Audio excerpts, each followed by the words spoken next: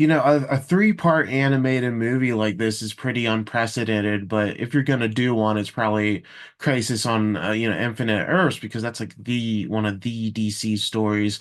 What was your reaction just when you saw the whole scale of this project and it, being the capstone of the Tomorrowverse? Uh, you know, Great question. When it's very rarely do you get presented with the idea of like, hey, we're kind of going to do a trilogy. We're going to kind of put this out there. And to be honest with you, I didn't know right away that that was the plan. And maybe nobody told me because it's like, hey, what if he stinks? We got to replace him, and let's not, you know, hurt his feelings. But no, to be part of something like this, something bigger, something that will continue, and I just it's humbling. I've done this for a long time now, and um, despite everything else I do, I work in different mediums. I told people today how much I enjoy animation, how much I like to sit down and there are movies that everybody says, "Hey, have you seen Saltburn? Have you seen this?" I'm like, "No, but have you seen Justice League?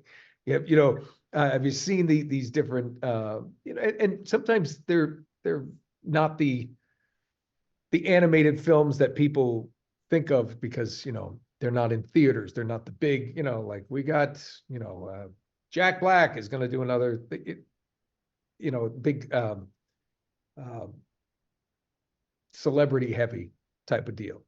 For instance, with the DC Lego, where I got to be Superman and those, but not Superman on the other one. It's just there's difference. But these smaller scale things, I think, are written so well. They're done so well, directed so well. Um, we have such a great time with it.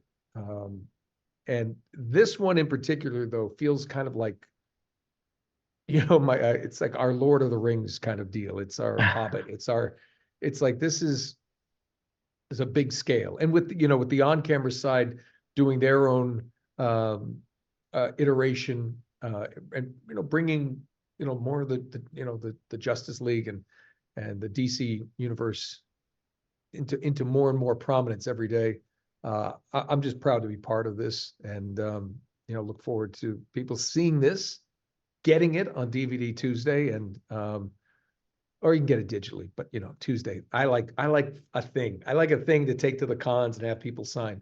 Um, just to be part of that and see how people gravitate toward it in the future is very, very exciting.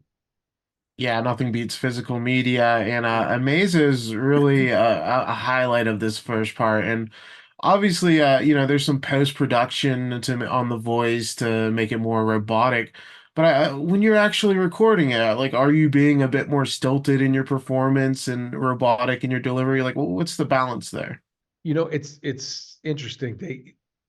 I rely on the directors to find that balance because if you do something too stilted and kind of robotic in your own voice, when it gets processed, it's garbled. You can't understand it. So sometimes it has to be, I got to be honest with you. I don't remember where we placed it, but I do know that it wasn't process heavy. We found something, but it was more the delivery, so that processing uh, can be intelligible.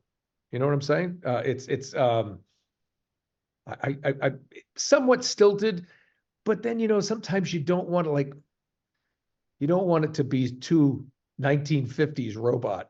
Like Yeah. does not compute. So unless you're playing that for like a humorous effect or something, or a nostalgic effect, but um, for that part, I rely on the people who know better than me. They're just like, no, do it like this, and we'll take care of that. Um, so I'm actually, I got to be honest with you, I have not heard exactly. I remember what we did, and I could go back because I always record a backup when I'm recording in case there's any if they lose it on their end. Um, but it does. I'm fairly certain it doesn't. The final product doesn't sound like what I have recorded Yeah. somewhere here. So I I'd like to see the scenes again. I'm waiting till Tuesday.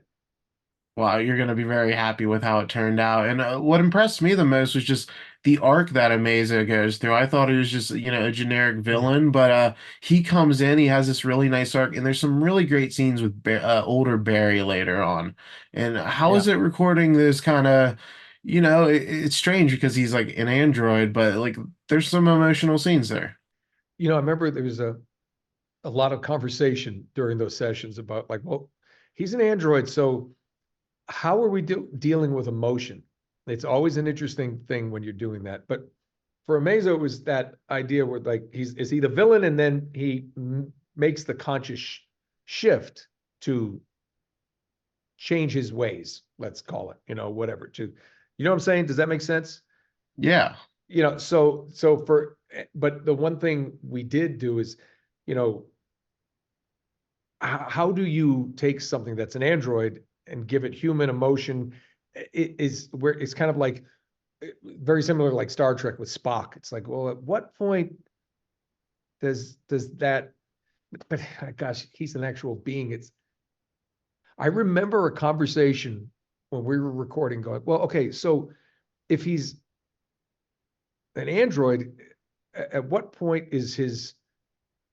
Do we find the conscience? Do we see um, emotion? Let's call it just raw emotion, but there's no, and then we abandoned that idea of like, well, it's not raw emotion, but he would be smart enough and is he would be able to figure out what the right emotion should be at this moment. It may not be human emotion, but it got into this deep conversation of like, well, where would an emotion come from? Like, well, where does emotion come from with us? Don't say your heart, because that actually pumps blood. Like, what is it? And then everybody got metaphysical. We're like, all right, let's get back to recording. Um, no, I think it's really cool to see a character like that. And I always love to play a character that goes through a shift, that has a change of heart, rather than a or one-dimensional character that goes through from the beginning of the script to the end, to see somebody who evolves. Because I think we as viewers, we as human beings, we all evolve, we all change, we grow, we mature, whatever. And to see that in a film, to see somebody have an arc to their story rather than just this straight through line, I think it's something we can relate to, and I think that's what makes for a good product film, or where you relate to the characters, you like that character because it's making choices, it's evolving. um I told somebody earlier, I'm always drawn to characters that it can be a villain, but kind of like them, you kind of some or you feel for them. The worst thing about any film that I watch is when I like don't care about the characters. Um, I don't even know what to say. Like I had that. What was the one I had on White Lotus? I don't even know how I should say this, but I hope it's not a Warner Brothers thing. Well, White Lotus. I watched the whole season and I was like, yeah, it's well done, well acted, but I didn't really care about anybody like deeply. Like they all were kind of no, it just didn't care. And now bringing it back around to this, you care about these characters. There's not one character in this film that you don't really kind of I kind of yeah I get it. I'm there's it's just so it's well written. It's so well written. It's well done, and I think you're allowed to there's a number of characters that you can identify with and care about, and that makes a good film to me.